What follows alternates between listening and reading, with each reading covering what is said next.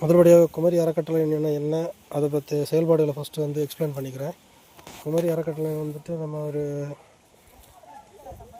அரசாங்கம் மூலமாக அங்கீகரிக்கப்பட்ட ஒரு அறக்கட்டளையை வச்சு நம்ம ரன் பண்ணிகிட்ருக்கோம். அதில் வந்துட்டு 24 hours வந்துட்டு ஃப்ரீ ப்ளட் டொனேஷன் கன்னியாகுமரி மாவட்டத்தில் வந்து பண்ணிகிட்ருக்கோம்.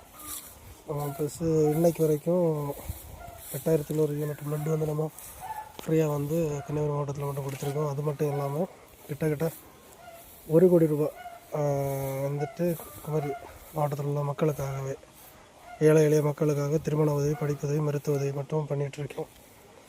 ஸோ அதுக்கு அடுத்த கட்டமாக நம்ம அந்த குழந்தைகள் நல்லா காப்பாக வைக்கலாம் அப்படின்னு சொல்லிட்டு ஒரு தாட் வந்து அப்படி இந்த குழந்தைகள் நல்லா காப்பாக வைக்கிறதுக்கு வேண்டி தான் இந்த இதெல்லாம் வாங்கியிருந்தோம். ஸோ இதில் உள்ள வேலைகள் வந்து டிசம்பர் மாதம் ஆரம்பிக்கலான் இருக்கோம். ஸோ இதுக்கு தேவையான உதவி, பொருள் உதவி வந்து செய்யுமாறு மிக தாழ்மையுடன் கேட்டுக்கொள்கிறோம். மேக்ஸிமம் எங்களுக்கு கேஷ் இல்லாமல் பொருளாக கிடச்சா கொஞ்சம் நல்லாயிருக்கும்.